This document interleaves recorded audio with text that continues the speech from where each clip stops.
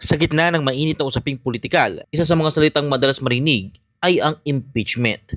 Pero gaano ba ito nauunawa ng mga karaniwang mamamayan? Sa isinagawang panayam sa Pasig City, apat na residente ang aming tinanong kung ano ang kanilang pagkakaintindi sa impeachment. Iba-iba ang kanilang sagot. May ilan sa nagsasabi ito ay pagpapatalsik sa isang opisyal ng gobyerno, habang ang iba naman ay aminadong limitado pa ang kanilang kaalaman tungkol dito. Sir, ano lang ba yung pagkakaalam mo sa salitang impeachment?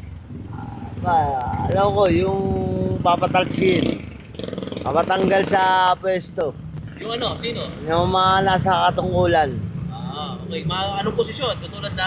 Kahit anong posisyon pa, gusto mo impeach, gusto mong patanggal. Yun ang pagkakaalam mo sa salitang impeachment. Impeachment. Ang impeachment ay isang pag-ano sa tamang tao eh. Parang inaano yung mga gawain nila, Nakaposisyon. yung mga posisyon para Sa ano. kanila. Siyempre kung sa kanila impeachment man, siyempre inaano yung mga kasalanan nila. So inihimay. Ayun na may Impeachment, yung maaalis na sila sa pwesto.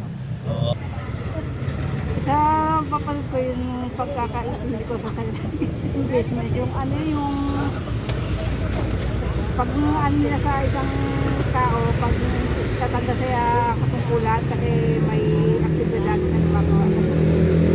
Sa ilalim ng batas, ang impeachment ay isang proseso kung saan maaaring tanggalin sa pwesto ang matataas na opisyal ng pamahalaan dahil sa mabibigat na kasalanan tulad ng katiwalian at paglabag sa tiwala ng publiko.